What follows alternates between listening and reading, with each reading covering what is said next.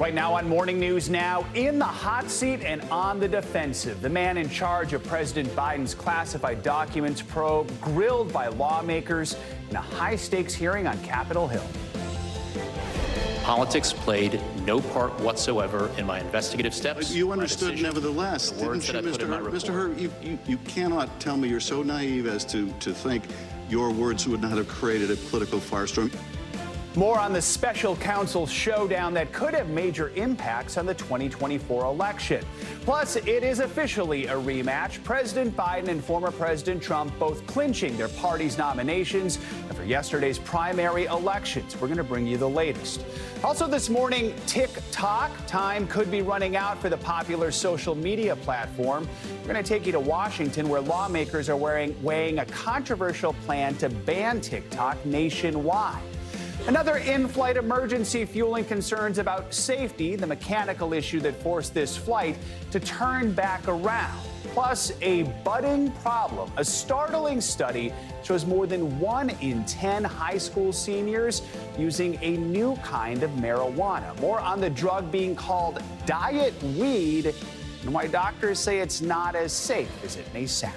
Good morning. Good to have you with us. I'm Joe Fryer. Savannah's on assignment and will join us in just a few minutes.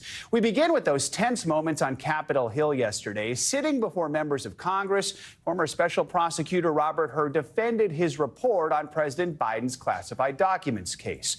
Hur appeared before the House Judiciary Committee, where he was grilled by lawmakers on both sides of the aisle. Republicans questioned his decision to not charge President Biden. Democrats challenged his characterization of the president as an elderly man with a poor memory.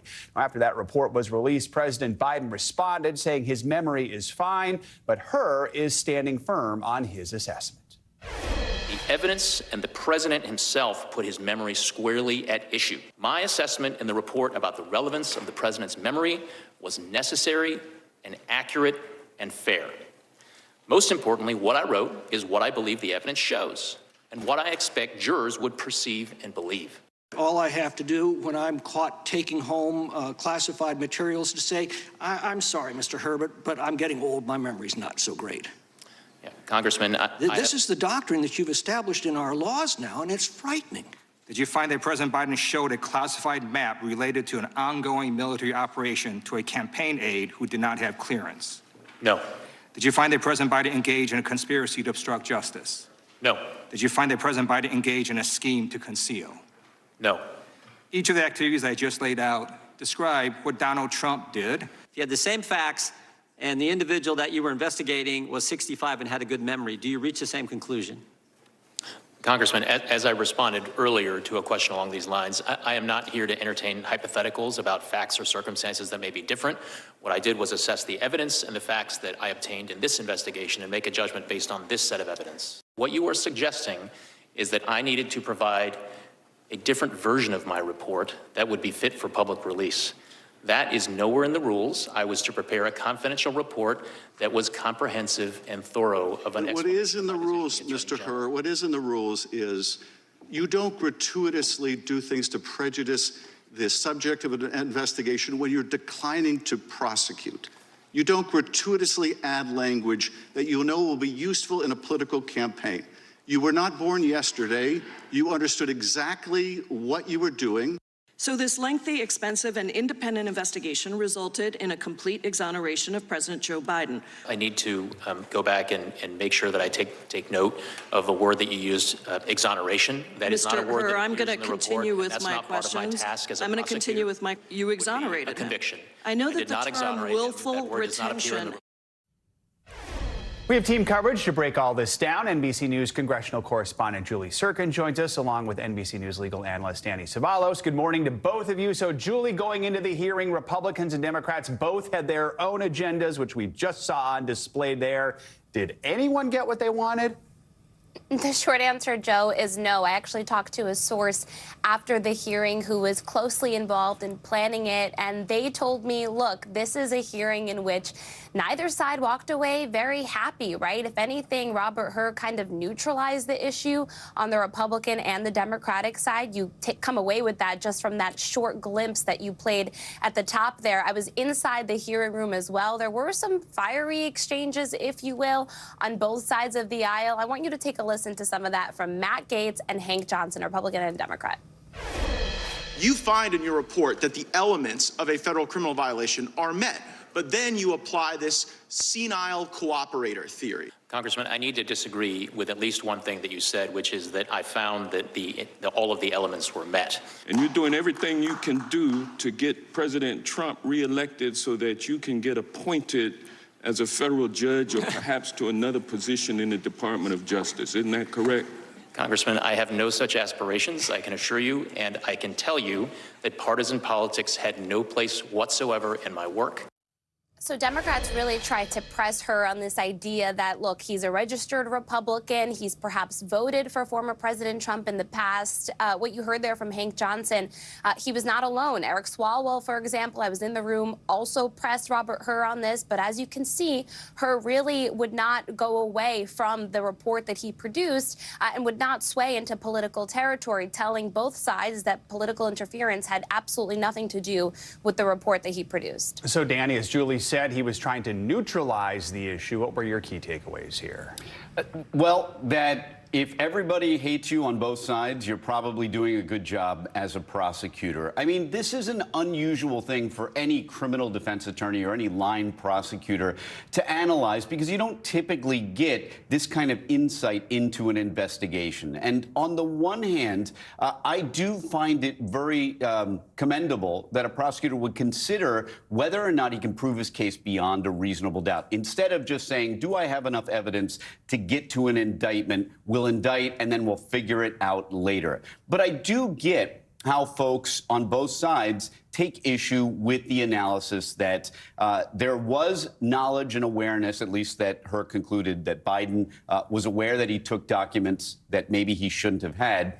But he also concluded that he would not be able to prove beyond a reasonable doubt his mental element. And I don't mean mental acuity, I mean the mental element required for the crimes that were contemplated. So, I mean, for a criminal defense attorney, it's a good thing that prosecutors consider whether or not they can prove their case beyond a reasonable doubt. So, Julie, the transcript of the Biden-Hur interview was released shortly before the hearing went live. What was just the main thing we learned from that? Well, I just want to point out quickly here that Republicans primarily criticized the fact that this transcript was released to them just a couple of minutes before the hearing took place. Jim Jordan actually made that point. Remember, that, along with the audio recordings, were some of the things that were subpoenaed by Republicans on the committee from the Department of Justice, who say that they were still going through the classification of certain things before they could release them to Congress and to the public. But when it comes to this transcript, I mean, a lot of this, thanks to our great team, we had already reported, we already knew, but what it did shine more of a light into was, yes, there were memory lapses from the president. He was forgetful of certain dates and things. The White House had pushed back and said, well, this interview took place over October 8th and 9th, which was just after the October 7th attack by Hamas on Israel, so Biden was preoccupied. But it also did show that Biden was aware of many things. He was, as one section laid out of the report, he had a photographic understanding. That's what Hur told Biden, according to the transcript. That's something that Democrats were quick to point out, and they questioned Hur as to why he didn't include that in the report. But again, Hur defended all of this in his testimony yesterday, saying he had to make references to Biden's mental acuity because it had everything to do, as you heard Danny there say, with whether or not this case could be prosecuted and won in the future. But all in all, this is something that Republicans and Democrats both poked holes in. Danny, real quick, the president was not charged, but then Hur said he was not exonerated. Help us understand that. Yeah, I mean, that's a really interesting conclusion, but not very surprising, because exoneration is not what prosecutors do. They may look at exculpatory evidence. They consider whether they can prove their case beyond a reasonable doubt. Our criminal justice system doesn't deal in guilt or innocence. It deals in guilt and not guilty. And that is what Hur was strictly doing, looking at whether or not he could prove each and every element. And President Biden's memory was a factor that led him to conclude, apparently, that the element of intent, knowledge, would be difficult to prove. And if it's difficult to prove, that means you likely can't prove it beyond a reasonable doubt. And that's why this report had a little something for everybody and had a little something that would make everybody angry on both sides. All right, Danny and Julie, thank you both. Appreciate it. The obvious is now official in the race for the White House. This fall, we'll see a rematch of the 2020 election between President Joe Biden and former President Donald Trump. Mr. Trump clinched the Republican nomination last night, getting the majority of delegates needed to win that nomination. Reached that milestone by winning primaries yesterday in Georgia, Hawaii, Mississippi, and Washington state. As for the Democrats, NBC News projects President Biden has secured the majority of delegates needed for the Democratic nomination. He did not face any major challengers in his primary race. Both candidates will accept their nominations at party conventions this summer, setting up the first presidential rematch since 1956. Pop quiz time. Who faced off that year? Take a second, think about it. All right, it was President Eisenhower and challenger Adlai Stevenson. I bet NBC News correspondent Vaughn Hilliard knew that. He joins us now with more on the state of the race. Vaughn, good morning. So let's start with former President Trump. He faced many challengers at the beginning of the primary season. Now it's really legal challenges he's facing. Those didn't hurt him. Arguably, they helped him. So how did Trump clinch the GOP nomination for a third straight time? He announced his presidential bid a year and a half ago, and since then, he was found to have sexually abused E. Jean Carroll and defamed her. He and the Trump Organization were found to have engaged in repeated financial fraud. He was indicted 4 times on criminal charges as well. You said it, Joe, though. When each of those indictments came out, his poll numbers only rose, and that's what leads us here to today. Now the official delegate count goes to Donald Trump here, the majority of the delegates ahead of the Milwaukee convention in July. Donald Trump was always exceedingly popular in this Republican Party, dating back to when he announced in the fall of 2022. And despite other candidates, including his own former vice president, his own former UN ambassador, Florida Governor Ron DeSantis, Tim Scott, the senator out of South Carolina, Chris Christie, the former governor of New Jersey, running for office. They each tried to independently take him on, but Donald Trump's strength within the Republican Party was too much for those other candidates, Joe. So President Biden had a much easier path to the Democratic nomination. So now, as we've reported previously, several polls do show the president trailing Mr. Trump. Voters are still concerned about the economy. They're worried about his age. What's the president's strategy for trying to repeat what Eisenhower did and beat the same opponent twice? They believe that the criminal indictments that Donald Trump is facing and the criminal trials, the first which is set to begin in less than 2 weeks here in New York City, they believe that among independents that ultimately they will turn away from Donald Trump, that they do not want somebody with criminal felony convictions next to their name as the president of the United States in the White House. But Joe Biden also intends to attack him on efforts to repeal the Affordable Care Act. He will note the fact that Donald Trump has touted that he's responsible for overturning Roe v. Wade by nominating those 3 conservative U.S. Supreme Court justices during his first administration. And of course, Joe Biden will call attention to the events of January 6th and the fact that Donald Trump continues to deny that he lost the 2020 election, and just 2 days ago saying that he would release January 6 defendants from prison. So for Joe Biden, they believe, and his campaign believe, in a head-to-head matchup that the American public, much like they did in 2022, siding with key Democrats over Republicans, that they will back Joe Biden yet again. Vaughn, let's talk about a potential wild card here. Robert F. Kennedy's independent run for the White House. The Kennedy spokesperson says he's considering NFL star Aaron Rodgers, former Minnesota governor, former pro wrestler Jesse Ventura as potential running mates. Real quick, what more can you tell us about this? RFK Jr. is going to be a candidate that folks have to pay attention to. He was the Democrat turned independent last year. He is now qualifying for ballots around the country. He is somebody who kind of has a mixed bag of political positions, appealing to folks that may otherwise vote for Donald Trump and some folks who would otherwise vote for Joe Biden. And that is what makes RFK's nomination, potentially qualification for the ballots across the country, compelling. And you just said it. We have now learned that he has two particular individuals who he's looking at for the VP slot, former Minnesota Governor Jesse Ventura, and of course, current New York Jets quarterback Aaron Rodgers, who has been at the forefront of vaccine skepticism and anti-COVID restrictions. He is somebody with a mass following, somebody who still intends to play football here this next season, yet in the state of politics in 2024, he's also somebody with high name recognition and reach. And for Robert F. Kennedy Jr., who is looking to make an independent splash, well, clearly he sees just that. Joe. All right, Von Hilliard, thank you so much.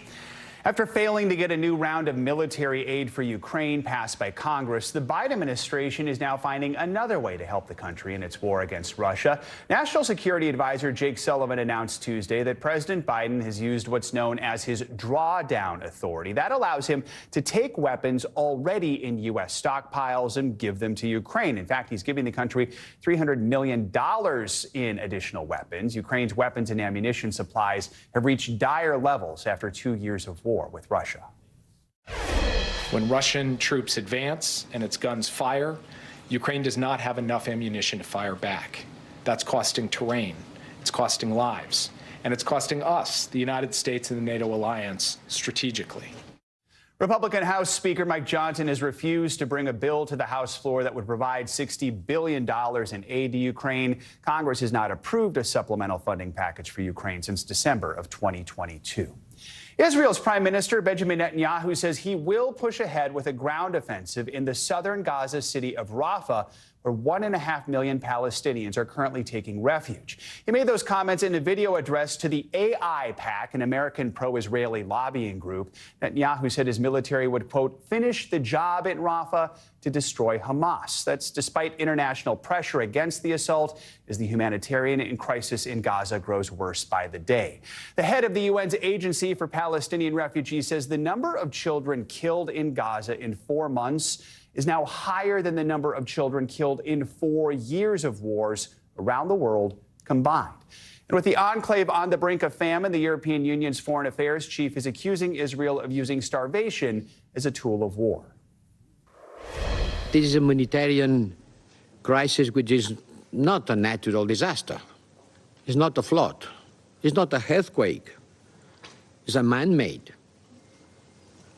And when we look for alternative ways of providing support by sea or by air, we have to remind that we have to do it because the natural way of providing support through roads is being closed, artificially closed. And starvation is being used as a war arm. NBC News Chief Foreign Correspondent Richard Engel joins us now from Jerusalem. So, Richard, we're seeing these renewed concerns of an Israeli ground assault in Rafah. How close are we to this attack, and what is the Biden administration saying about it? So we heard from President Biden himself over the weekend describing that Rafah would be a red line, but it didn't sound like it was a very red line. It was more of a pink line. He said that it would be a red line, but the United States wouldn't cut off weapons supply, wouldn't cut off the supply of weapons, including the Iron Dome system. So it's an unusual kind of red line. It is a red line with flexibility in it. And a lot of people around the world, people that I'm speaking to in this region, don't exactly understand what President Biden is trying to do, how he's trying to split the difference, sending small amounts of aid. And there was a ship that left from Cyprus. I just returned watching that boat leave from Cyprus heading toward Gaza. It's still going to take over a day to get there, and supplying weapons at the same time, saying that there is a red line, but that it is not a hard and fast red line. So the Biden administration, a little bit on this policy, is all over the place. Meanwhile, the firm expectation in this country is that the Israeli military, at some stage, we don't know when, it is a military secret, but it is something that they say will happen, is going to go into the city of Rafah. And the wide expectation from numerous humanitarian groups, governments in the region, is that it will be not only very bloody, it will be incredibly it'll escalate the humanitarian crisis even further, because there are, as you said, about 1.5 million people in Rafah and in the surrounding area. As Israeli troops, when, I believe not if, they do go into Rafah, where are those people supposed to go? Because they would be driven further into the north in the Gaza Strip, and so much of that area where they would be forced to go is destroyed. So they could be displaced to an area that is in no way, shape, or form ready to take that many people. Richard, let's talk about where you are in Jerusalem. We've seen a surge in violence there and in the occupied West Bank. The Palestinian Jerusalem government released this video on Facebook we're going to show, verified by NBC News, showing the moments before a Palestinian boy was shot and killed by Israeli forces. He's seen launching a firework in the sky. Another video shows his body lying on the street. What is NBC News learning about this incident? So this took place yesterday, and this is Ramadan. So Ramadan is a time it's a Muslim holy month that is celebrated here in Jerusalem and among the Muslim community and all across the Islamic world. And according to witnesses, what happened is young people were lighting fireworks, watching the fireworks go up, and in the midst of that playing with fireworks, a young person was killed, a 13-year-old boy. And the Israelis say that there was a threat, that soldiers were at risk, that there was a Molotov cocktail involved, and that they fired because troops were at risk. That is something that is being disputed. They say that the Israelis saw this firework and decided to open fire on someone who was unarmed and did not pose a threat. All right. Richard Engel, as always, thank you for your reporting. Appreciate it. The clock might be ticking for TikTok. Today on Capitol Hill, the House is set to vote on the future of the social media platform here in the U.S. And our own Savannah is there with more on what we can expect. Savannah, good morning. So first of all, talk about the bill. What should we know about it? And what is at issue here? Hi, good morning. Miss you. I'm down here in D.C. As you can see, that is not a green screen behind me, by the way. That's actually the Capitol. It's so beautiful here. Let me dig into this legislation for you. So first of all, I do want to tell you, the lead sponsors on this bill tell me they are cautiously optimistic they have the votes they need, which is pretty impressive because this is not just a simple majority they need. They need 2/3 of this vote in order for this to advance. So at issue here is TikTok's parent company. It's called ByteDance. Their ties potentially to the Chinese government. It is a Chinese company. What this bill would do is it would force that company, ByteDance, to divest from TikTok, to sell off the company within 6 months or face a ban here in the United States. This is something that has so much of Capitol Hill, as well as the presidential candidates, by the way, talking. Former President Trump, who you may remember actually tried to institute a ban of his own while in office, has actually come out saying he does not think that this is what should be done, specifically because he believes that it would make Mark Zuckerberg's Meta more powerful, which he says is, quote, the real enemy of the people here. President Biden, for his part, says that he would sign this should this get to him. So here's what happens next. The vote is a little bit later this morning. It would then advance to the Senate. Now, it does seem like it may have a tougher battle in the Senate to actually pass than it seems it may have this morning in the House. We have heard from some senators essentially pointing out, are you sure you really want to mess with an app that 170 million Americans love in a re-election year? But as I mentioned, President Biden does say if it does make it to his desk, he would sign it. Joe? And TikTok is putting on this full court press right now to try and stop this. How is TikTok responding? They most certainly are, Joe. I mean, first and foremost, they maintain that they are not owned or controlled by the Chinese government, something that lawmakers are extremely skeptical of. They believe that the Chinese government could compel the company to hand over user data, which, as I mentioned, includes 170 million Americans. TikTok has what they call Project Texas, which they actually say is the most advanced sort of data security system within the social media space. That essentially means that American user data is stored on American soil and protected by American employees here in the U.S. Let me read you a statement, though. I think you had it up on screen just a moment ago. This is the latest from TikTok. They are saying this legislation has a predetermined outcome, a total ban of TikTok in the United States. The government is attempting to strip 170 million Americans of their constitutional right to free expression. Now, that point at the beginning is important, the fact that they use the word predetermined. What TikTok is essentially saying, even if there was a buyer, even if someone could afford TikTok or was interested in purchasing TikTok, there is no way that it could happen in 6 months. They point to examples of other apps being sold and how long those processes took. I actually did ask one of the lead sponsors yesterday, Representative Gallagher, what if, let's just say ByteDance said, we need 12 months, not that they are saying that they would divest the company, but would they be interested in this taking a longer timeline? And they essentially said no. Congress believes that 6 months is enough time. TikTok, Joe, does not. Real quickly, this would affect a lot of small business owners. What are you hearing from them? Oh, that's so true. Yeah, I was on the Hill yesterday talking with a bunch of creators who TikTok actually flew in to lobby Congress in person. You'll remember they did this whole campaign online where they sent push notifications out to users, asked them to call Congress. They were also here in person. I'll let you hear from some of those creators themselves. It would impact our business in a huge way. It is the way we engage with our community. First of all, that is my career, so my career would be gone.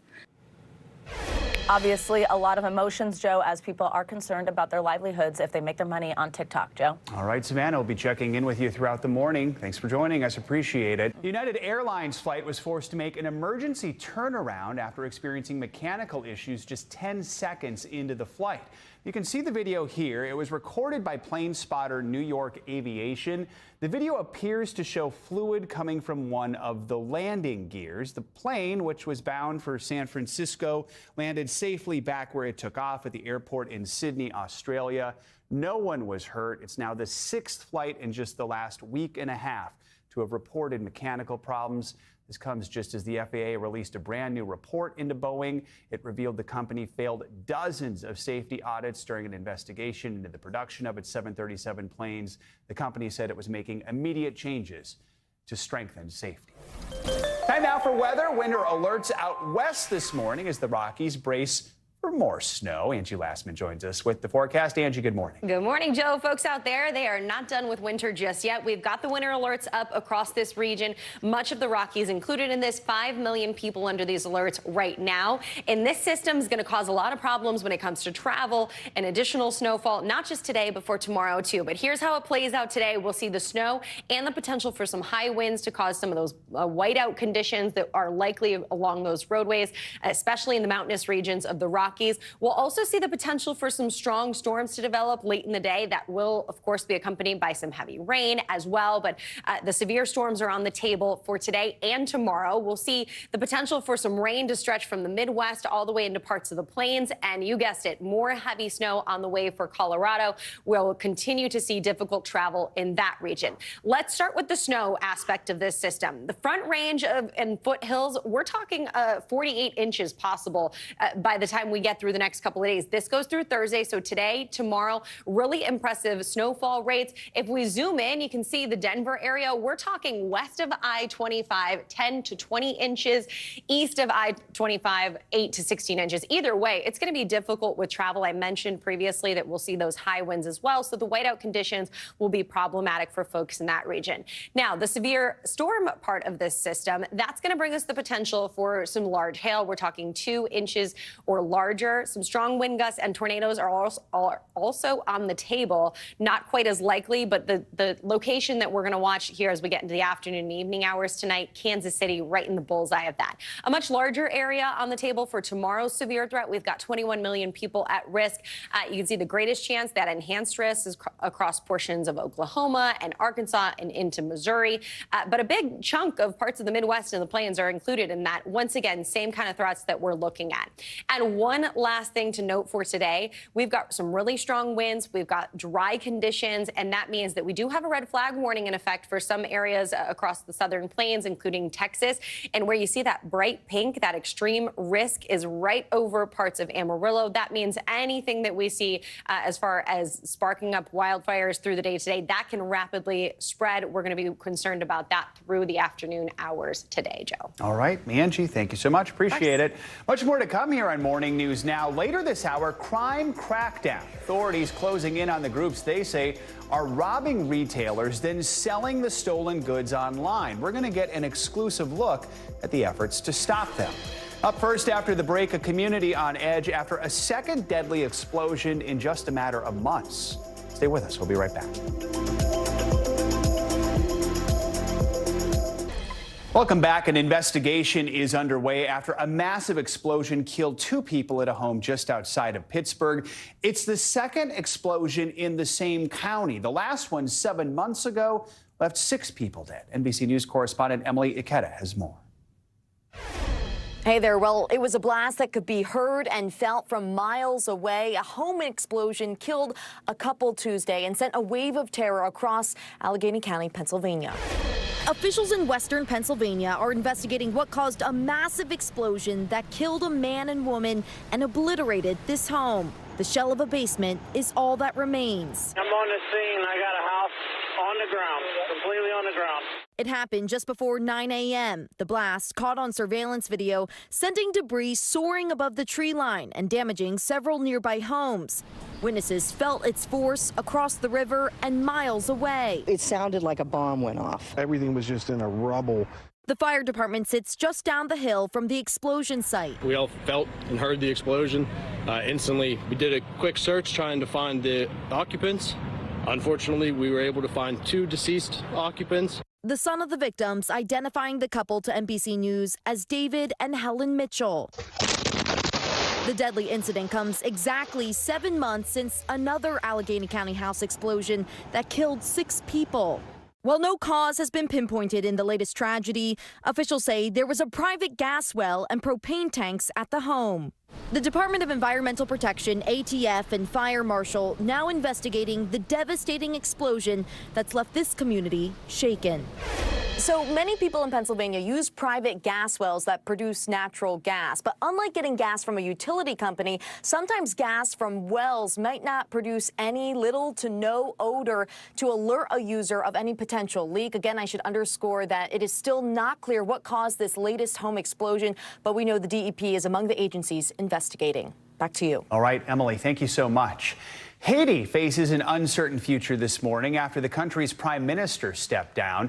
Ariel Henry announced yesterday that he will resign once a transitional presidential council is created. Haiti has been plagued by months of gang-related violence that has left the country in turmoil. We get the latest from NBC News Chief Foreign Affairs correspondent Andrea Mitchell. With criminal gangs overrunning his country, Haitian Prime Minister Ariel Henry agreeing to step down as soon as a transitional governing council is created. His resignation under pressure after a crisis meeting Secretary of State Tony Blinken held with Caribbean leaders in Jamaica late into the night. A political crisis, escalating violence, unrest. This has created an untenable situation for the Haitian people. Henry is widely blamed for the worst turmoil in Haiti's long, troubled history. Gangs attacking police stations, breaking prisoners out of jails, looting the port, thousands displaced.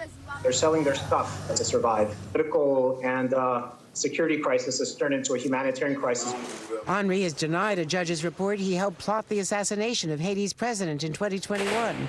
He promised to hold elections but never did. A U.S. special envoy in Haiti quit to protest U.S. policy there.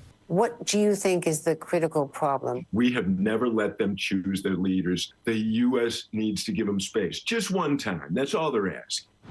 In Florida's Haitian-American community, Terry Isaac is desperate to rescue his wife and 6-month-old baby with a heart condition. It's not knowing whether or not those guys are eventually going to pop up in your neighborhood and start shooting people and start doing crazy things. The UN voted last year for Kenya to lead a multinational police force to restore order. But Kenya says it won't go in until Haiti has a new government. All right, Andrea, thank you so much. Coming up, a small city in Oregon getting attention from the Supreme Court. How a debate over a law to limit homeless encampments could have impacts far beyond city lines. And kids are calling it diet weed, but doctors say using it could be high risk. Up next, the budding concerns about a new kind of marijuana. This is Morning News Now. We're back with a key Supreme Court case that could have far-reaching effects. The case involves the city of Grants Pass, Oregon, and it could determine how cities across the country handle those who are experiencing homelessness. NBC News correspondent Liz Kreutz has that story. Grants Pass, Oregon, population 40,000, a small city dealing with a big problem. Oh, God, look at that. Over the past 2 decades, as outsiders moved in, housing costs went up, forcing a growing number of people onto the streets. What's it like to be homeless in Grants Pass? It is an absolute nightmare. Helen Cruz, who was homeless here for 5 years, feels strict anti-camping ordinances, including fines for sleeping in any public space, violated her constitutional rights. The 8th Amendment, cruel and unusual punishment. I have probably at least $6,000 to $8,000 in fines and tickets. Yes. But the flip side, officials say, is a city dotted with tents. Our city deserves to have the ability to hold people accountable to bad behavior. And ultimately, our citizenry cannot utilize park spaces. A heated legal battle has now dragged on for years, and now the final decision is in the hands of the Supreme Court. What's happening here in Grants Pass is a microcosm for an issue playing out in communities big and small across the country. And ultimately, how the U.S. Supreme Court rules in this case could determine how cities nationwide can navigate their homeless crisis. California Governor Gavin Newsom is among a number of Democratic lawmakers taking the more conservative side of this issue, and in an unexpected political twist, hoping the current conservative Supreme Court will side with them too. Newsom's office petitioning to the court on behalf of Grants Pass, arguing that banning anti-camping ordinances has paralyzed cities like Los Angeles and San Francisco, effectively blocking them from moving people off public streets. These court decisions have really tied cities' hands, and they've frozen in place the status quo, which is truly unacceptable. But Ed Johnson, who represents Grants Pass's homeless residents, says lawmakers like Newsom are deflecting blame and siding with the city for political reasons amid pressure from voters fed up with rising homelessness. If the Supreme Court sides with the city of Grants Pass, what does that mean for other cities, Los Angeles, San Francisco, Portland? Well, those cities aren't trying to do what Grants Pass is trying to do. Grants Pass wants to make it illegal on every inch of property 24 hours a day. The problem is if that's allowed, many cities will simply try to run all of the homeless people out of their community, and they have to go somewhere.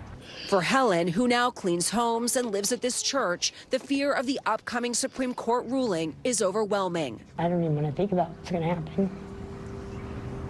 It's an uncertainty that nobody wants to think about. A no-win solution when there's limited housing and nowhere to go. Liz Kreutz, NBC News, Grants Pass, Oregon. A new report shows more teens are turning to a drug called Delta8 THC. It's also known as diet weed. The Journal of the American Medical Association reports 11% of high school seniors have used it. So far, researchers are unsure of the drug's side effects or how it could be impacting those who use it. NBC News medical contributor Dr. Kavita Patel joins us now to break it down. Doctor, good to have you with us. So first of all, what is Delta8 THC and how is it different from the traditional Delta9, which is what we see in marijuana? Yeah, Joe, I think it's easier to actually describe kind of the plant marijuana, the image of the leaves that people know in their head. And that plant can produce hundreds of different chemical compounds, some of which are what we primarily know as the most psychoactive compounds, Delta-9 THC, or just what most people refer to as THC. But in this case, one of those compounds can also be something called Delta-8, or what you're referring to appropriately as diet weed.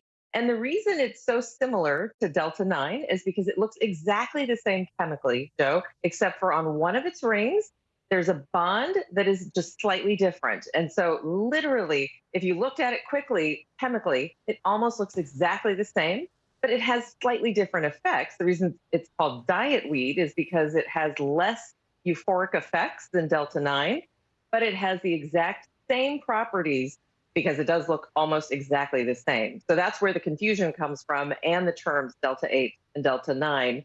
And if that's not confusing enough, Delta-9 is what's much more regulated and had actually been passed by law in 2018 to kind of be designated as the more active, what we would consider medical marijuana. Everything else, including Delta-8, is considered not as psychoactive or medical, even though it technically is. Got it. All right. Thank you for explaining that one for us. So this report from JAMA, what stood out to you in it? Are you surprised that more than 1 in 10 teens is using this? I'm not. We're seeing a lot of teens and adults using Delta-8 because if you drive anywhere, especially go to places like Nashville, Tennessee, Joe, you'll see a lot of stores that actually advertise this because, again, because of that technical loophole from the Farm Bill in 2018, it's technically legal. So it is not as regulated. I'm not surprised. I would even say that I would postulate that that's an undercount, Joe, and that if we looked amongst teens and adults, we'd find a higher count as we start to monitor this. All right. Dr. Kavita Patel, thanks for joining us this morning. Appreciate it. Coming up, cops cracking down on a sophisticated operation to steal from retailers and sell those stolen goods online. When we come back, an exclusive look at the efforts to try and stop them. Stay with us. You're watching Morning News Now. A new CNBC investigation is giving us an eye-opening look at the organized crime rings that are targeting retail stores across California. CNBC's Courtney Reagan tagged along with police units that investigate these groups and the stolen items they sell online. Here's what she found. It's a chilly, clear morning in the picturesque foothills of San Diego County as we head to a suspected crime scene. A convoy of law enforcement vehicles is about to descend on an unlikely place, a mansion complete with its own vineyard and chapel rented out as a wedding venue and Airbnb. Police believe it's also the headquarters for a lucrative theft ring, where items stolen from Ulta Beauty Supply and other retailers are being resold on Amazon. As we pull up, authorities tell us they have the suspected ringleader in handcuffs. What are we looking for? There they are, right there. And it's happening everywhere. For months, we got exclusive access to the California Highway Patrol, watching up close how it fights organized retail crime, which, including external theft, totaled $40.5 billion in the U.S., according to the National Retail Federation's most recent estimate. On another day, in another California city, we see more truckloads of what police say is stolen clothing, mostly from TJ Maxx. We have a search warrant for the resident. Come on with your hands up now. I think people feel like it's hopeless. I want the retailers and the victims of this to know that that's not true. Hands on your head. Retailers specifically pointing to theft as a growing problem in recent years include Target, Foot Locker, Walgreens, and Ulta. But few quantify the impact or offer many details, raising questions in the industry about whether retailers are using the attention around theft to cover their own operational missteps. At the mansion, the woman in custody is Michelle Mack. According to the search warrant, she's in charge, giving a group of 12 women across the country a list of retail stores to target, along with the retail merchandise. Those Ulta Beauty products then ending up on an Amazon digital storefront called the Online Makeup Store at deep discounts. The search warrant alleges Mac has sold nearly $8 million worth of merchandise on the platform since 2012. The next morning, a team from Ulta unloads the haul along with CHP officers, sorting and carefully organizing everything. Most of it, $387,000 in stolen items from Ulta, according to authorities, but also some items from Sephora, Victoria's Secret, Bath & Body Works, Sunglass Hut, and Lens Crafters. And these boxes of manila envelopes, they were being mailed to customers who ordered from the online makeup store who now aren't getting anything. Like Donna Washburn, who says she bought her daughter a $42 makeup item for Christmas. Did it ever occur to you that buying a product off of Amazon, you could be buying a product that was stolen? No, never. You put in the trust in a store like that they're checking these things. As for Michelle Mack, California Attorney General Rob Bonta announced she and her husband Kenneth are facing charges of conspiracy, grand theft, and receipt of stolen property. The Macks have pled not guilty. This Amazon marketplace site called the online makeup store that was selling the stolen goods year after year. We asked Lisa Labruno, Senior Executive Vice President of the Retail Industry Leaders Association, how this could happen. So if you're Amazon, should you have had some kind of an algorithm that flagged it? This is not just about Amazon. There's other online marketplaces who serve as fences for the sale of stolen product. But I don't see the online marketplaces raising their hand and saying, we acknowledge that this is dirty money.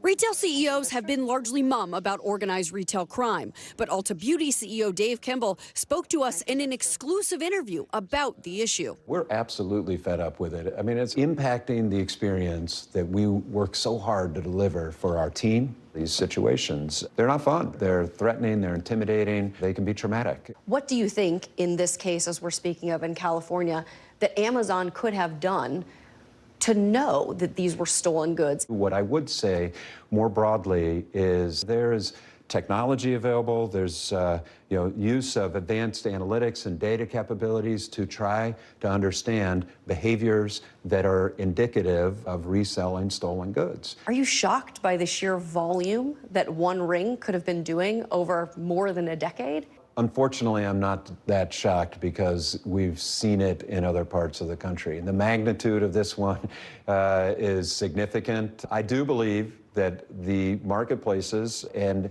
online distribution of stolen goods is part of the problem. This is not some individual that bought too many lipsticks and they want to resell it.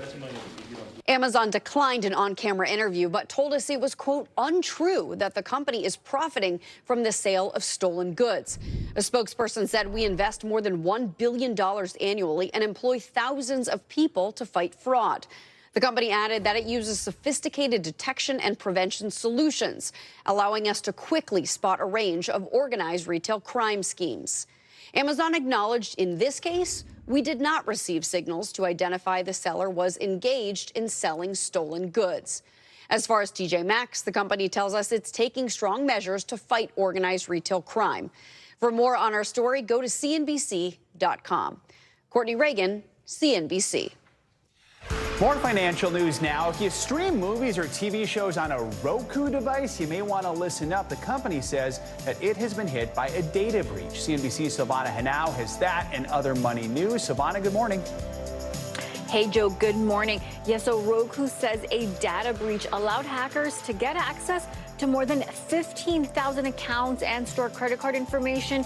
The Verge reports in a notice sent to customers, Roku says the hackers obtained login information and in a limited number of cases tried to buy streaming subscriptions. Roku says the accounts didn't reveal anyone's social security numbers, full account numbers, or dates of birth. The company is working to cancel and refund unauthorized purchases and is asking affected users to reset their passwords. Adidas reporting its first annual loss in more than 30 years. The sportswear giant warning sales in North America will fall again this year as retailers work through inventory. Adidas has been trying to right the ship after cutting ties with Kanye West in 2022, halting sales of his profitable Yeezy sneaker line. The company has since resumed sales of Yeezys to clear the remaining stock. And Trader Joe's says its mini canvas tote bags will be back in stock by late summer. Hype on social media has led to the bags reselling for as much as $500 on eBay. The bags, which sell for $2.99, come in blue, red, green, or yellow. Trader Joe's says they sold quicker than the chain anticipated, even before it had a chance to promote them in any way, Joe. I have dozens of My best friend actually has totes. one. Okay, well, that's no, amazing. But my best friend has one of these little ones, and it's so funny. She had no idea the craze surrounding this. When I told her, I said, where did you get one? She was like, I don't know. I was just there, and they had them. Oh, she's rich now. I have Oh, yeah, a that's lot what I told of her. I said, totes. sell it. Yeah, I have a lot of totes in my place. You can buy them for $500 if you want. So, all right. Savannah, There you thanks so go. much. Appreciate it. Coming up, Joe. a family made whole thanks to a little boy born with half a heart.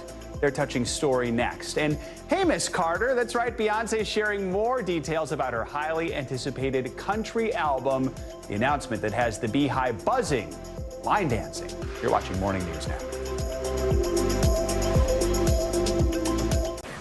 Welcome back. More exciting news coming from Queen Bee Beyonce. The highly anticipated title of her upcoming country album is finally dropped. It's getting all the buzz, so drum roll, please. It is called Cowboy Carter, which was announced yesterday on Beyonce's website and on Instagram. The artwork features the title on a red, white, and blue sash that's strapped around a saddle. Beyonce also dropped some new merch, CDs, vinyl records, and T-shirts for the new release. Cowboy Carter drops on March 29th. Cannot wait for that. Let's end this hour with the heartwarming story of a North Texas boy born with half a heart who's helping make a family whole. Here's reporter Katie Blakey from our Dallas-Fort Worth affiliate, WKXAS. Reed Tomlin was born with half a heart. All right, bud. On the ball. It lives life to the fullest. For somebody that's got half a heart, he loves people so much. By age 7, he's had 3 open heart surgeries. The first when he was a week old after being born with hypoplastic left heart syndrome. A severe form of congenital heart disease. So basically the whole left side of his heart never formed. He was also up for adoption in the care of a nurse practitioner ready to grow her family. Yes, I remember finding out the night that he became eligible for adoption and that he was going to need a home. And I actually told my husband, I think that he's supposed to be our baby. 2 years prior, ovarian cancer took away Holly's ability to have more children. I mean, he completed our family. He has been so special and changed our lives forever in so many ways. God made comets that fly. Skilled in pediatric cardiology at Children's Health, Holly counsels families facing the same unknowns. We don't know fully what's in the future for him and what that looks like. With the perspective of a mother who knows the challenges and the joy. Honestly, our faith is what carries us. And, you know, he's a reminder to live every day like it's our last. He has taught us how to love life and live life to the fullest. And our thanks to Katie Blakey from KXAS for that story. That's going to do it for this hour of Morning News Now, but stay with us. The news continues right now.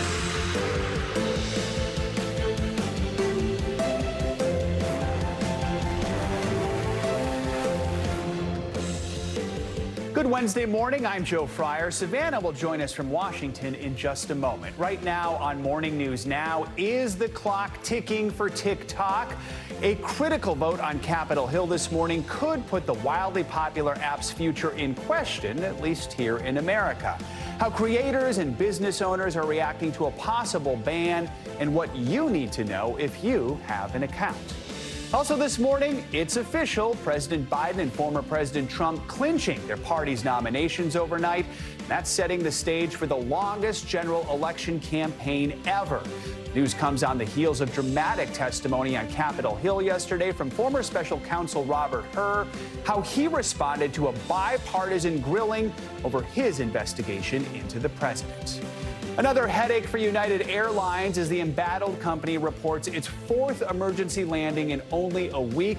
We're going to bring you what we know as Boeing struggles to stem concerns over a quality breakdown. And later in the hour, we are flipping the script with a massively talented actor who's shining bright both on stage and on air. My conversation with Brian Terrell Clark coming up later in the hour. Let's begin with the race for the White House. The general election matchup is now officially set. NBC News projects that both President Biden and former President Donald Trump have won the majority of delegates needed to clinch their respective party nominations.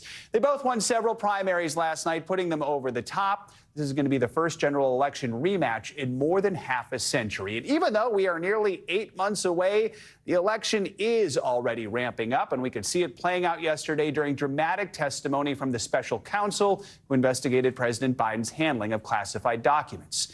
NBC News senior White House correspondent Gabe Gutierrez has the latest.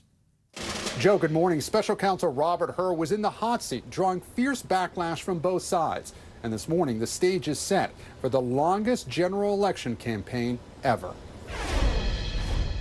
Overnight, President Biden and former President Trump officially clinched their party's nominations with primary victories in multiple states, setting up a high-stakes rematch in what's expected to be a bitter, costly, and lengthy general election campaign battle. We're the official nominee of the Republican Party, which is a big deal. It comes just hours after former special counsel Robert Hur was grilled on Capitol Hill. We identified evidence that the president willfully retained classified materials after the end of his vice presidency.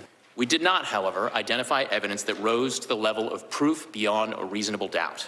Hur also defended his assessment that the president would present himself to a jury as an elderly man with a poor memory. My assessment in the report about the relevance of the president's memory was necessary and accurate and fair. But Republicans slammed his decision not to prosecute. Joe Biden broke the law. But because he's a forgetful old man who would appear sympathetic to a jury, Mr. Hur chose not to bring charges. Democrats blasted him, too, for even mentioning the president's memory. You understood when you made that decision, didn't you, Mr. Hur, that you would ignite a political firestorm with that language, didn't you? Congressman, politics played no part whatsoever in my investigative steps. The classified documents found in President Biden's old offices, his Delaware home, and his garage were all returned. Democrats say that's the main difference between his case and the one involving former President Trump, who's pleaded not guilty to criminal charges for allegedly enlisting others to destroy evidence. Hur pushed back, though, when Democrats claimed his report exonerated President Biden. You exonerated him. Know that the term willful retention has a... Mr. Hur, it's my time. The White House insists the report does clear the president. The conclusion was simple, that there is no case here. The case is closed. It's time to move on. Republicans want audio recordings from the president's special counsel interview released. The White House says the transcript was enough. All of it as the 2024 presidential campaign ramps up. President Biden will be on the trail later today in a crucial swing state, Wisconsin. Joe? All right, Gabe, thank you so much. We're learning more details about former President Trump's planned defense ahead of his upcoming hush money trial here in New York. In a court filing, Trump's lawyers say they plan to lean on his attorney's own involvement in those alleged hush money payments made to adult film actress Stormy Daniels. The former president is facing 34 counts of falsifying business records. He has pleaded not guilty to the charges. NBC News Now legal analyst Angela Sanadella joins us now to break it down. So Trump's attorneys say he, quote, lacked the requisite intent to commit the conduct charge in the indictment, but it's not what's called an advice of counsel defense. What should we know about Team Trump's defense here? Yes, so advice from counsel is a very specific legal defense. It almost acts like a shield if you are ever charged with any criminal charge. And that requires, though, the proving of very specific elements, that you went to your counsel, you asked them for their legal advice on this specific issue, that they said it is perfectly legal what you are about to do, and then you did it. So Trump's team is saying we are not going to go down that road and have to prove every element of that defense, but we're just going to say because this is fraud, and fraud requires intent, President Trump, former President Trump, wasn't really involved in the details, so he couldn't have this intent. It was his lawyers. It's almost similar to the last trial, the civil trial, where he was saying, oh, my accountants kind of took care of it, so I didn't really know what was going on. But it's not specifically this, my lawyers told me it was okay, and and so that's why I'm doing it. So his lawyer should have stopped him, is essentially what he's saying, and because they didn't, then he couldn't have had intent. Yeah, he's saying it was like under his lawyer's purview, so they were just in charge of this. He wasn't involved in the weeds or the details. He didn't necessarily sign off on things because the prosecution in this case has to intentionally prove that he had the mindset, that he intended to commit this crime. For falsifying business records or for any crime that involves any falsification, you have to prove that person knew what they were doing was wrong and explicitly chose to still do it anyway. So walk us through the prosecution's case here. It's something that we've seen over the last year since he's been charged, but really it's something that's been playing out in the public for years now, right? Yeah, so the prosecution's charge here is fraud. They're claiming that he gave money, but claimed that it was something else, and it was falsified in the records as claiming that it was legal services, when in reality it was this hush money payment to cover up a payment to Stormy Daniels. So that is, a serious allegation, and it's also one that is somewhat easily proven by the records themselves. So that's why the prosecution here intends to just dump a lot of records and claim, based on these signatures alone, we can prove this intent. So we are less than 2 weeks away from when this is set to start, March 25th. We know the president would like to see this one delayed. He's saying right now, hey, let's wait till the Supreme Court weighs in on this presidential immunity issue. Is the presidential immunity argument tougher here, considering the alleged actions took place before he was even elected president in 2016? Yes, that's exactly right. So this presidential immunity issue might only squarely apply to the D.C. case and possibly the Georgia case, because those are acts that happened during the term of his presidency. But in this case, these acts happened when he allegedly was trying to become president, which in that case cannot be considered an official presidential act, in the same way that in Florida, what happened with the classified documents case could be considered happening after he was president. We're 12 days away from March 25th. How likely does it seem this is actually going to start on time at this point? Is there anything that can really throw off the start time? I mean, right now the ball is rolling, Joe. We expect it to start on March 25th. At this point, there aren't a lot of Hail Marys left, so we expect it to start on time. All right, Angeles and Adela, as always, thank you so much. Appreciate your time. Now to a critical vote on Capitol Hill this morning that could decide the future of the social media platform TikTok here in the U.S. The legislation is meant to force owner ByteDance to sell the popular social media app, and it is receiving bipartisan support. Our own Savannah Sellers is there in Washington with a look at what's at stake. Savannah, good morning. Hi, Joe. Good morning. So the legislation would force TikTok's Chinese parent company to sell it off or face a ban in the United States. At issue here is whether the app poses a national security threat, putting users' personal data at risk. This morning, Chinese-owned TikTok wading into American politics as Congress is set to vote later this morning on a bill with the potential to ban the wildly popular app if it's not divested by its Chinese parent company, ByteDance, within 6 months. TikTok launching an all-out lobbying effort, encouraging its users to come to its defense. Save TikTok! You need to make your voices heard. Call them and tell them to stop the ban. Sending influencers, along with its CEO, to Washington, where it has a healthy lobbying operation, and even releasing ads. TikTok helps me to achieve the mission that God put me on this earth to do. Lawmakers on both sides of the aisle are concerned about the potential for the Chinese government to access the data of TikTok's 170 million plus American users. This app has the potential of being a mass surveillance tool against American people. The U.S. government has said in the past that Chinese companies, including ByteDance, are compelled to share their data with the Chinese government. TikTok has repeatedly denied that ByteDance is an agent of the Chinese government, adding in a new statement, this legislation has a predetermined outcome, a total ban of TikTok in the United States. And lawmakers are also worried about TikTok's influence on young people's mental health. A former Google executive turned critic told 60 Minutes, look no further than how different China's version is. They show you science experiments you can do at home, museum exhibits, patriotism videos, and educational videos. And they make their domestic version a spinach version of TikTok, while they ship the opium version to the rest of the world. And there are concerns about misinformation spreading on the app in an election year. They can make you believe things that are not true. As the candidates are weighing in, former President Donald Trump has recently signaled opposition to the ban after previously supporting it. The Washington Post reporting that former Trump advisor Kellyanne Conway is defending TikTok on Capitol Hill and that she has told Trump many of his supporters are on TikTok. President Biden, for his part, says he'd sign the bill that could ban TikTok, even as his campaign uses the platform to court voters. The state of our union is strong and getting stronger.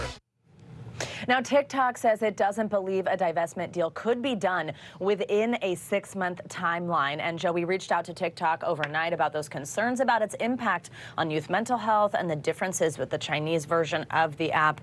We have not heard back, but the company has said in the past that it offers screen time limits for young people. Joe? All right, Savannah, appreciate it. Thank you so much. Now to Texas, where the chief of the Uvalde Police Department has announced he's resigning next month. Police Chief Daniel Rodriguez made the announcement just days after a report was released, paid for by the city council, clearing his officers of wrongdoing in the 2022 Robb Elementary School shooting. It was one of the worst school shootings in U.S. history, with 19 students and 2 teachers killed. The assistant chief will now become interim chief. Chief Rodriguez was on vacation and not in Uvalde at the time of the shooting. He did not mention the shooting or the report in his resignation. Video of another airline emergency is making headlines this morning. Take a look. A United Airlines flight was forced to turn around mid-flight after a mechanical issue just 10 seconds into the flight. You can see liquid spewing from what looks like the landing gear. The plane did land safely with no injuries. But it comes as a new report revealed that Boeing 737 productions failed dozens of FAA safety audits. NBC News senior correspondent Tom Costello has the latest on that investigation. The focus for investigators, that terrifying nosedive off New Zealand that injured dozens. Passengers say the LATAM pilot claimed he suddenly lost control of the Boeing 787 when the flight data computers went dark.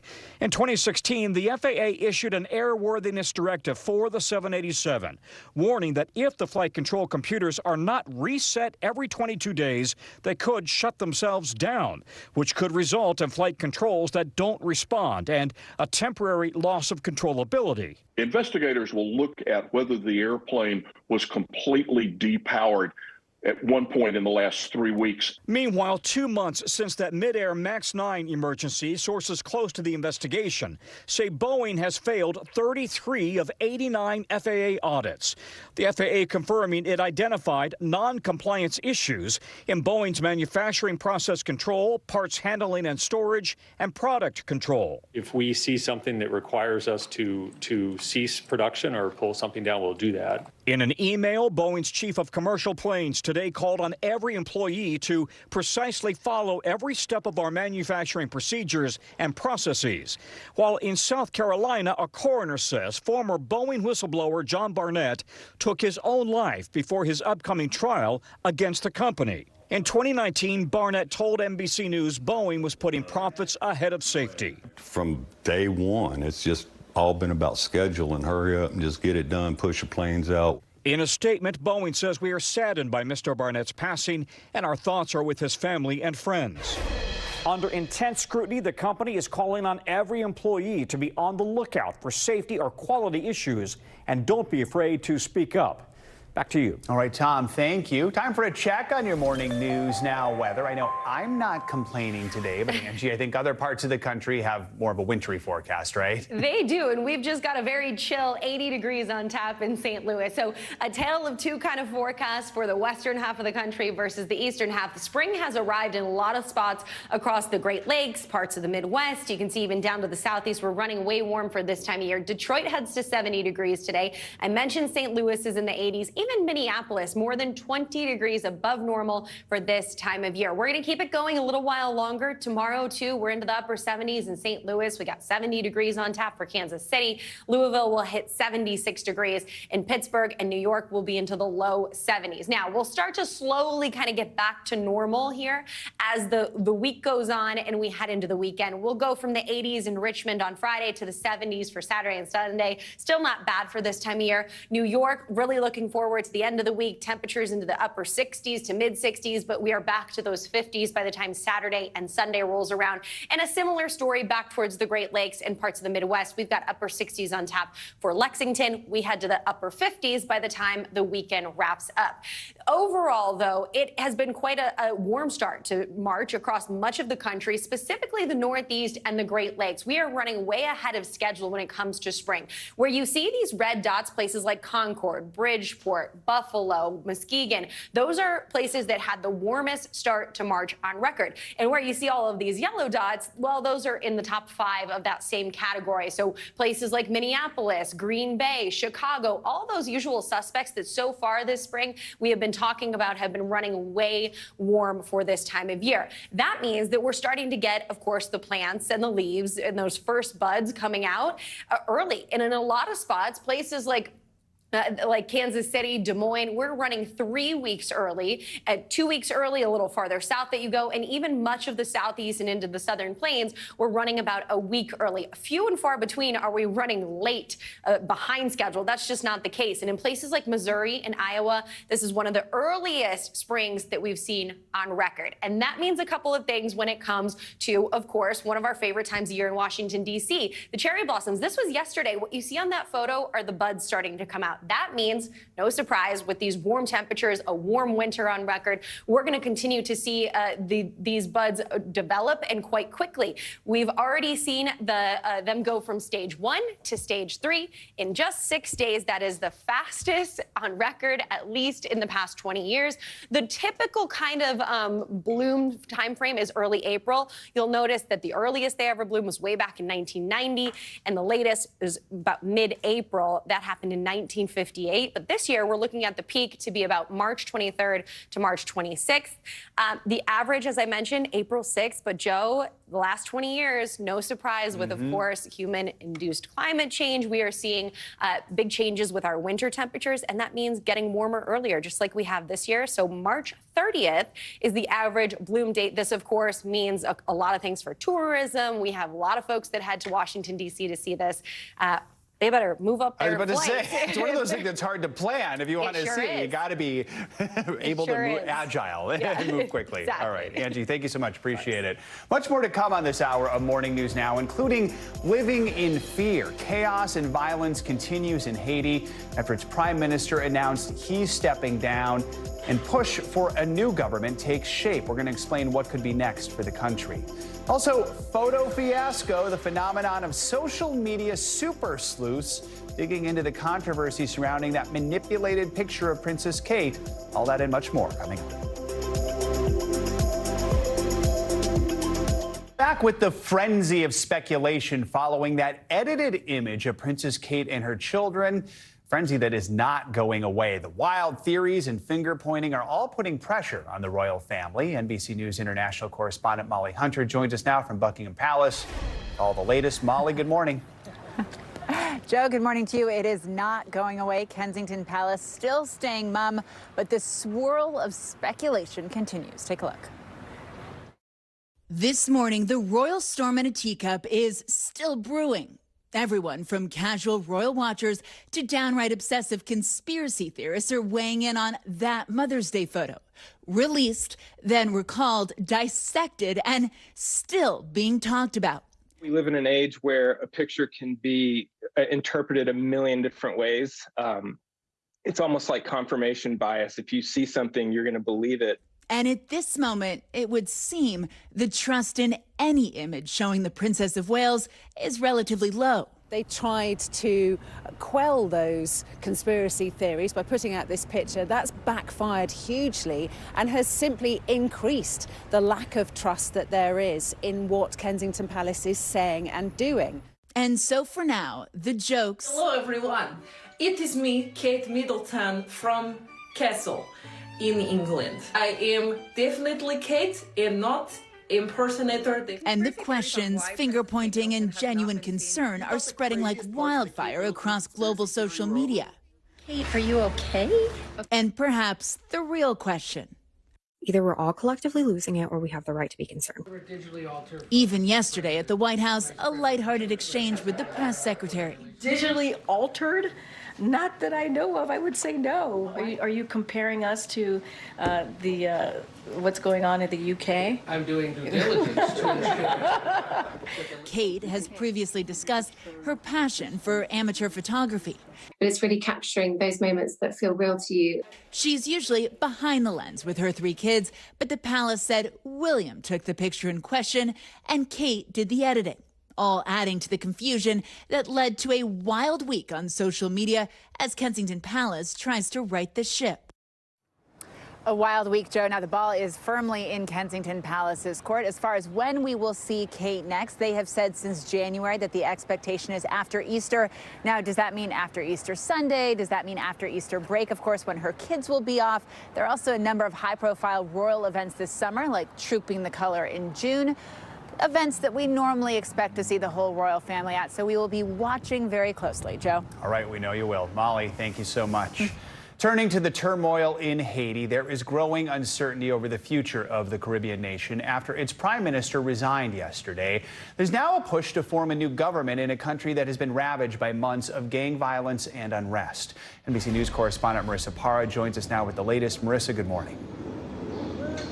Joe, good morning. The situation just continues to evolve. We're now learning that a new team of Marines was sent to Haiti specifically to ramp up security at the U.S. Embassy there. All of this, of course, as we are seeing a growing humanitarian crisis. Terror in the streets of Haiti, fueled by the gang rule that has left the people who live there paralyzed by fear. They hear gunshots in the streets in many neighborhoods of Port-au-Prince, and they see dead bodies in the street. Amid some of the worst violence the country has ever seen, Prime Minister Ariel Henry has answered calls for his resignation, announcing his plan to step down after a council is put in place to find his replacement. But the transition is unlikely to be easy. Gangs have banded together, taking control of the country. That's notorious gang leader Jimmy Cherizier, known as Barbecue, calling this the start of a bloody revolution against an apartheid system. With airports shut down, evacuation is one of the only ways out. American author Mitch Albom was visiting the orphanage he runs when he quickly found himself stranded. The airports were closed, the ports were closed, the roads were closed, the borders were closed, and suddenly we had no way out. Albom was one of the lucky ones, evacuated by helicopter. Now calls to stabilize the country without escalating violence intensifying. Kenya pausing plans to deploy 1,000 police officers to help stifle the violence. Critics say it's time for outside nations to step back. We have never let them choose their leaders. The U.S. needs to give them space. Just one time. That's all they're asking.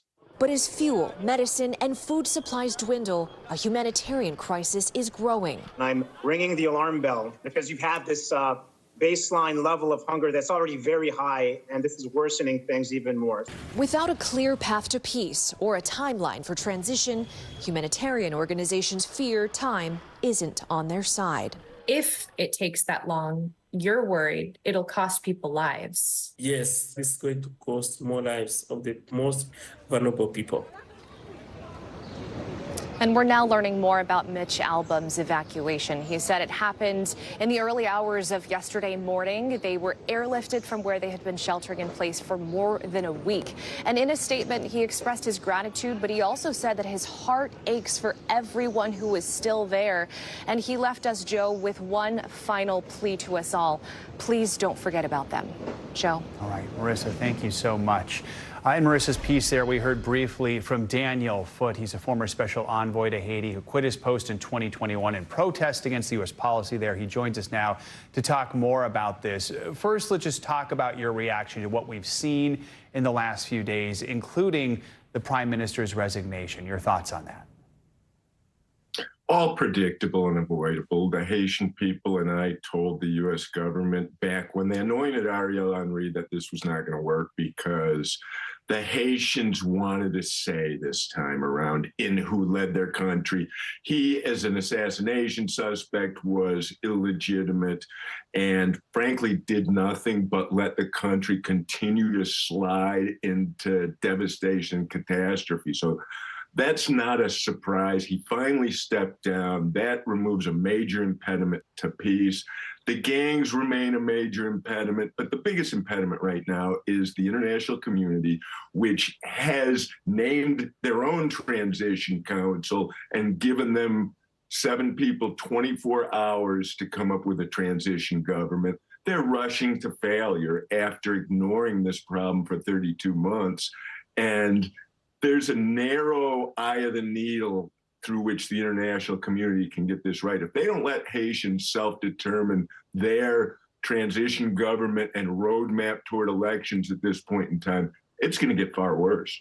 Is the Biden administration doing the right thing now, you feel, or what do you think is happening right now as far as international policy? No, the Biden administration is flailing and they're confused. On the one hand, they're saying, we're empowering, we're looking for a Haitian solution. On the other hand, imagine if you were in Haiti and Blinken and the internationals go to Jamaica and they zoom in 7 Haitians of their choosing and they name them as a presidential council, a 7-headed power-sharing agreement. That won't work and will start to unravel the minute the ink is dry on the signatures, because all 7 will be jockeying for power as opposed to uniting for what's best for Haiti. We heard you say in Marissa's piece there, give them space. How will that help? And I feel like it'll take more than just giving them space with the chaos that everything's in right now. What do you want to see happening in the days, weeks, and months ahead there? Political space is what they need. They need 4 to 8 weeks to get their own act together. Haiti has not had a functional government in 32 months. So it's not like Haiti is that much worse than it was 2 weeks ago. The international community didn't care. If they let the Haitians set a political foundation, and they arrived at a political consensus accord 2 years ago that would have been a stable foundation on which to build the country. That needs to be put back in place, but I'm fully confident if we give them 4 to 8 weeks, the gangs will simmer down. They're going to have to get the gangs to cooperate, and they will unite and tell the international community the path forward for Haiti. I mean, I think people look at these images right now and they think, how can you fix that? You have faith it can be done? I'm optimistic. This is an opportunity. The international community, and we won't go back 220 years, but we'll go back, and in 1994, 2004, 2010, 2015, and 2021, we intervened politically in Haiti. Each time it has gotten exponentially worse, and those images are horrendous, but the same images you could have captured 2 weeks ago. And so what I'm saying, international community, don't rush to failure.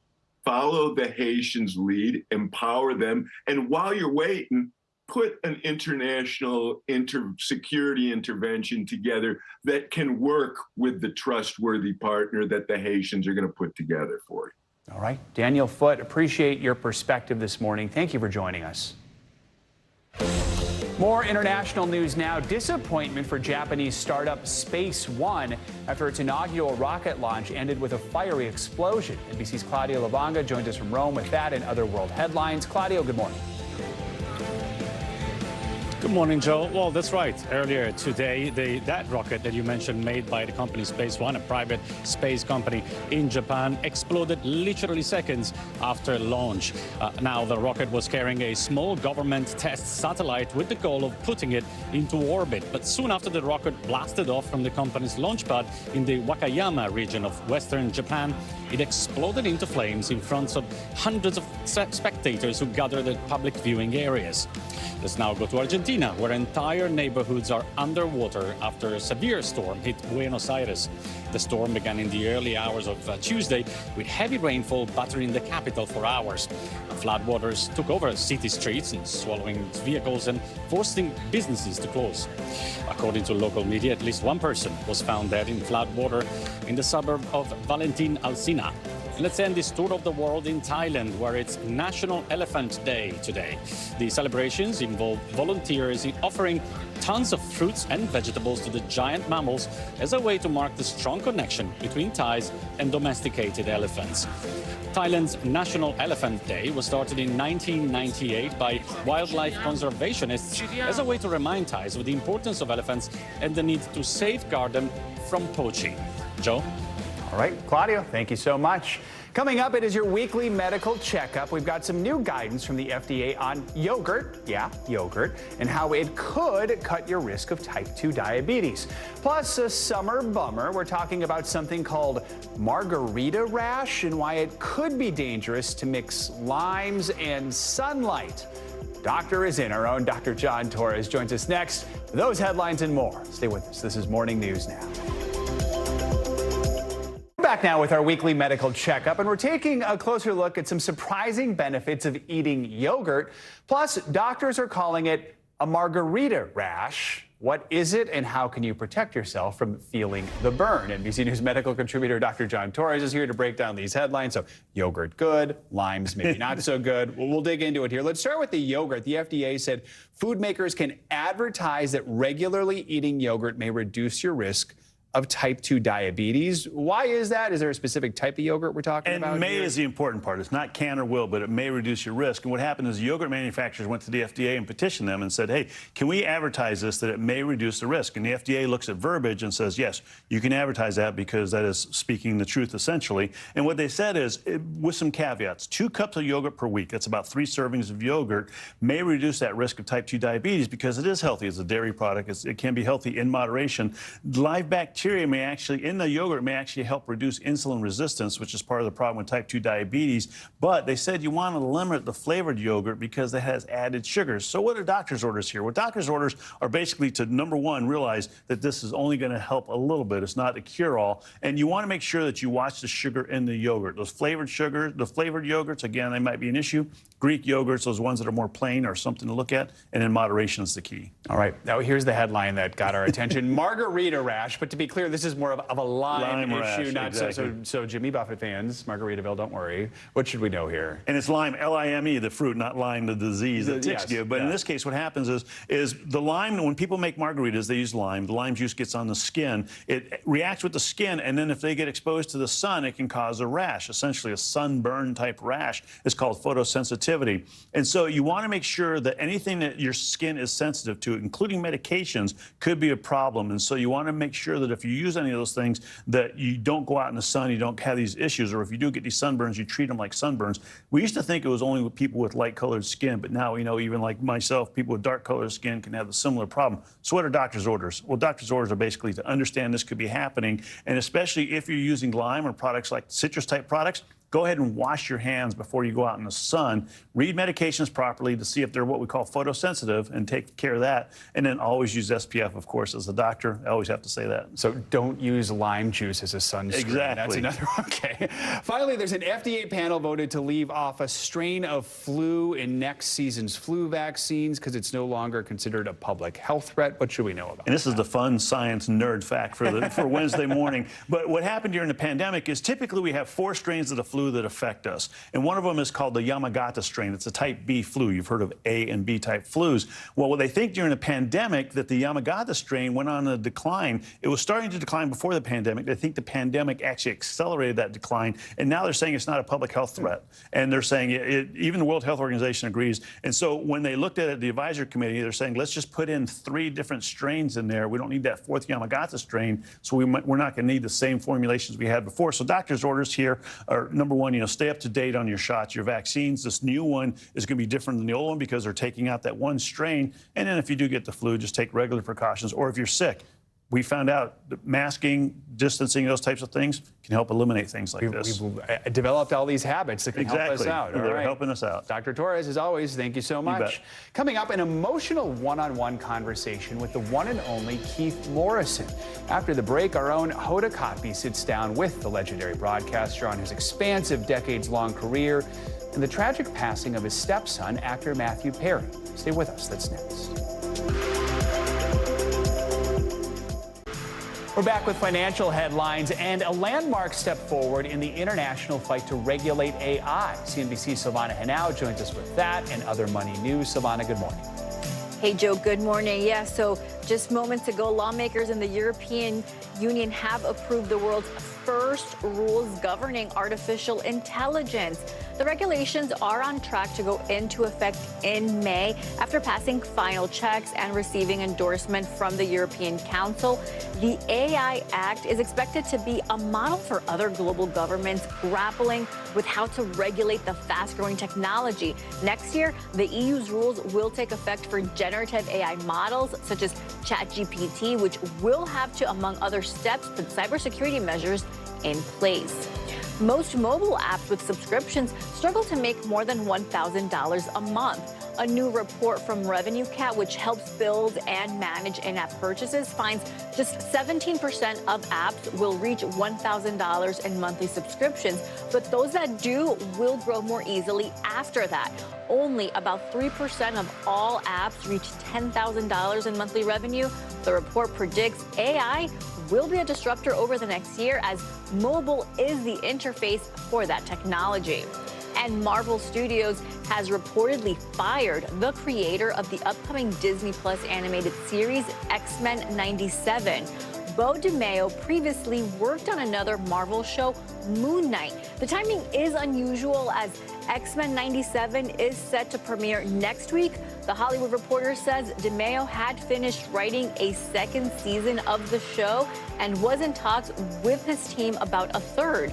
Marvel has not commented on the decision, Joe. All right, Silvana, thank you so much.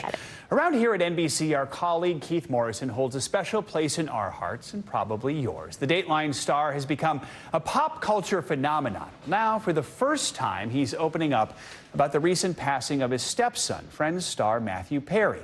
He sat down with his longtime colleague, Today anchor Hoda Kotb, for the latest episode of her podcast, Making Space. Hello, I'm Keith Morrison, and this is a Dateline mini mystery. GQ calls him the granddaddy of true crime. He's regularly parodied on SNL. What did they find when they opened up the trunk of that car? It was my boyfriend's body. Oh, my.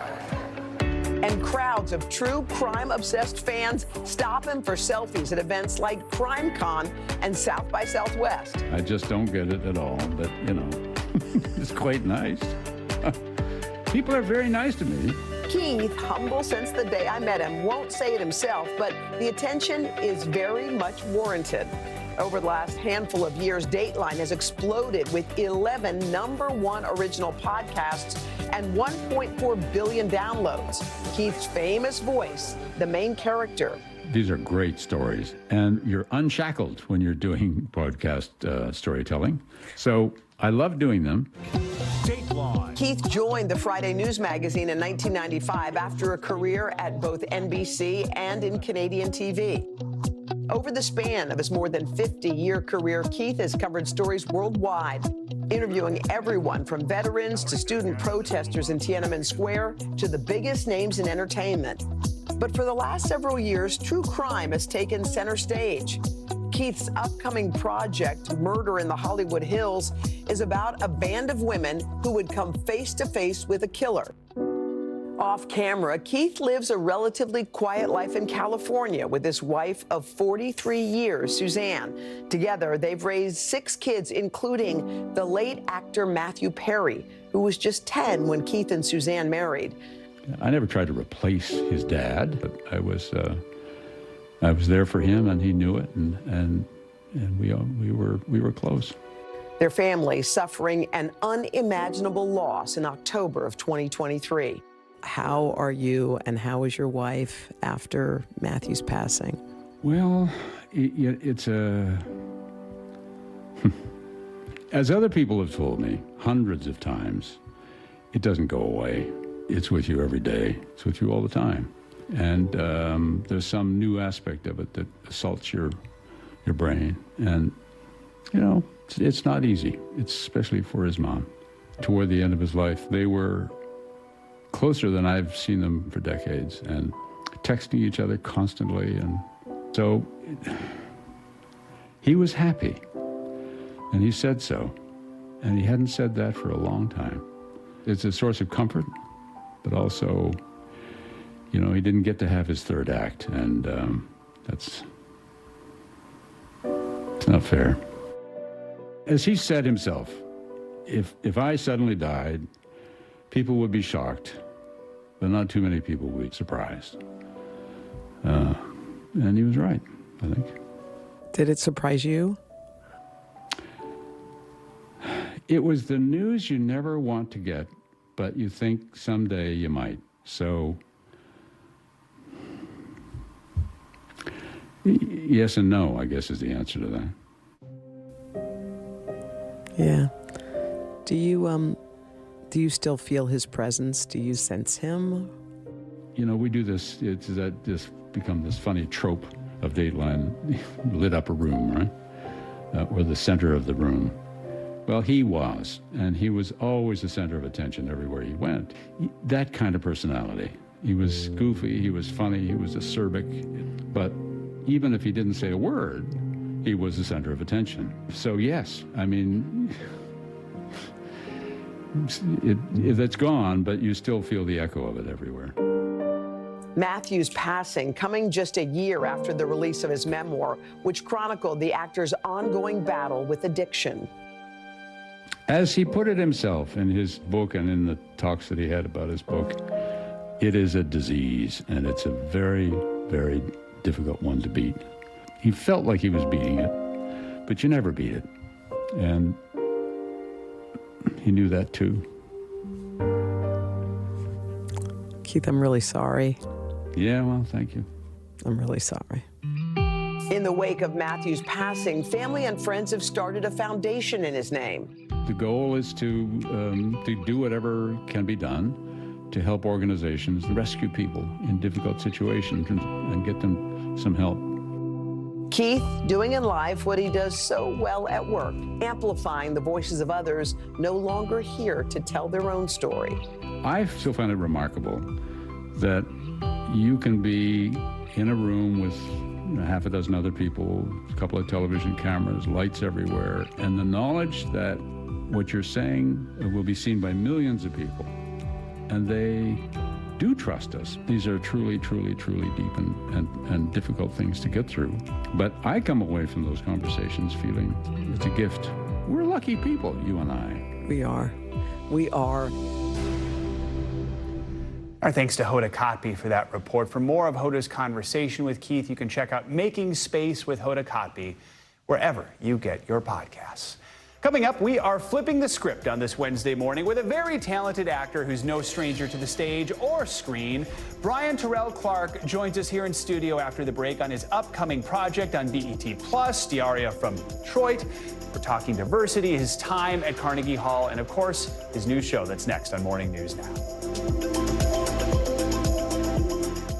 We're back with our series Flipping the Script, featuring people on screen, on stage, and behind the scenes who are shining a spotlight on diversity. Enter Brian Terrell Clark, who's shining both on stage and on air. On Broadway, in addition to playing George Washington in Hamilton, he starred in Motown the Musical back in 2013, originating the role of Marvin Gaye. He's going to be celebrating Motown again Friday night, performing at Carnegie Hall with the New York Pops. And then next week, on March 21st, his new show, Diaria from Detroit, premieres on BET+. It tells the story of a school teacher who goes on this sort of noir-inspired adventure to figure out what happened to the Tinder date who ghosted her. Brian plays the teacher's good friend and colleague, and he joins us now. Congrats on everything. This is a busy couple weeks for you here. I feel like I'm literally in a rocket ship. Yeah, which is a good thing when this is like what you want, right? Yeah, I've been in this for a long, long time. And we're a long way from Yale School of Drama. So the fact that things are happening right now were planned. You know what I mean? I'm living inside of prayers and dreams manifested, man. So I'm having a good time. I want to talk about Diaria from Detroit. I mean, just the trailer, it seems so cool because it's like comedy, but it is this sort of mystery that's centered around it. You play Mr. T, T-E-A. T-E-A. Not Mr. T from the A-Team, a queer man, and you've said this character is a gift. Why is gift? I feel like, you know, as a queer black man in this industry, I feel like when I look for who I am in the industry, when I look at the marketplace, I don't often see guys like me. I think we see it in my counterparts. We have a Matt Bomer and we have a Neil Patrick Harris. But when it comes to queer representation on television, I think we're slowly getting into the space where we're seeing men of color that aren't kind of marginalized. We see tons of kind of like, guys in dresses. And I love Billy. Shout out to Billy, who's been breaking down doors. Shout out to Coleman Domingo, who is breaking down doors. But to be honest, they're new to the Hollywood scene. I've known them for years in the theater, but Hollywood is just catching up to what it is to have a diversity of queer representation for people of color on television. You say queer people are not a monolith, right? That's right. That's right. I mean, I think people are used to seeing us queen out, which I love. Get your life. You know what I mean? Or they're seeing us kind of push to these DL situations. But where's like the guy that I know? Where are my friends? You know what I mean? I don't often get a chance to look at the screen and see the people I know until now, with people like Billy and Coleman. So I'm excited to join the pantheon of queer Black actors on television. Are things moving in the right direction right now and seeing more of that diversity within the diversity? Absolutely. I think that we talk about a lot of different industries and how there's a need for more equity and inclusion and diversity. But I got to give a shout out to Broadway, which is where I cut my teeth. I think Broadway has made a lot of progress in that space. We still have more work to do. Hollywood is actually making the same progress. I think the difference that we actually need to see now is actually behind the scenes. We don't talk enough about producers and directors of color. It's really still an uphill battle to get new directors in Hollywood that are people of color that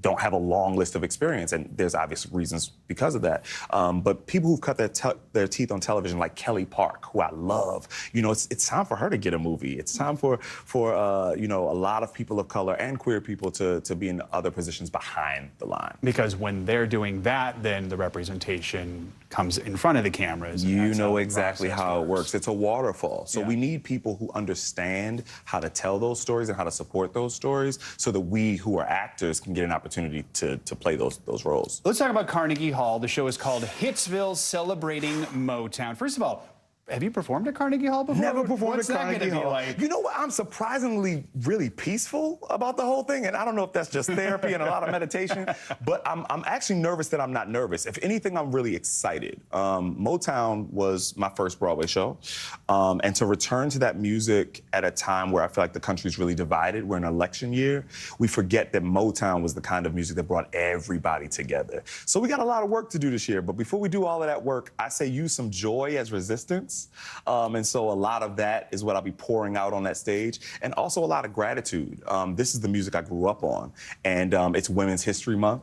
And so I'm dedicating this performance to all of the women who are in my life, who support me, and the women who have passed on, a lot of my ancestors. So, yeah. Shout out to women. They have a Kids in the Balcony program, which means there's going to be a lot of kids who have the opportunity to go there and see the show for free. Really? Yeah. I mean, for you, what does that mean, knowing young artists, you can inspire them at such a young age? You're trying to make me cry on this morning show. I'm a product of those kinds of programs. Growing up in Baltimore, Maryland, I went to a performing arts high school, and it's those kinds of programs that let me see what's possible. So the idea that some young person might be sitting up in that balcony and look down and see themselves and like realize that their dreams can come true too, this is why I do it. So yeah, like I said, trying to make me emotional on the morning show. But shout out to the kids in the balcony. We have like 20 seconds left here, but what's just next for you? What's the biggest thing you kind of want to tackle next? Carnegie Hall, Dion from Detroit, and I'm finally working on my album. Okay. I've written for a lot of artists, and a lot of my music is out there in my pen. But later on in the late spring, top of summer, I'll be dropping some music. So I'm excited about the journey. That's very good, because now people can hear it. Well, they've heard your voice for years, but now they can hear what you've written. Exactly. Sharing it with everyone. Exactly. All right, Brian Terrell Clark, thank you so much for joining us. Thanks It's a so much pleasure for having you on me. this morning. Congrats on all your success, and good luck with everything coming up in the next Come few to days. Carnegie. All right. That is going to do it for this hour of Morning News Now, but stick with us. The news continues right now. Thanks for watching. Stay updated about breaking news and top stories on the NBC News app, or follow us on social media.